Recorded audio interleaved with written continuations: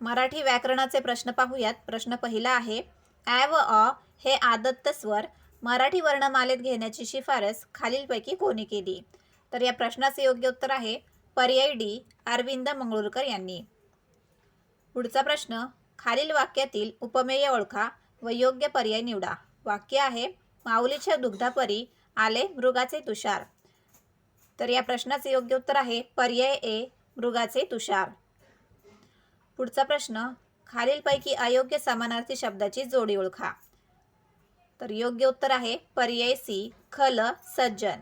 खल या शब्दाचा अर्थ सज्जन होत नसून दुर्जन असा होतो, म्हणून पर्याय सी याचे योग्य उत्तर आहे. पुढचा प्रश्न, खालीलपैकी योग्य समूहदर्शक शब्द ओळखा. तर योग्य उत्तर आहे पर्याय बी, वाद्यांचा वृंद.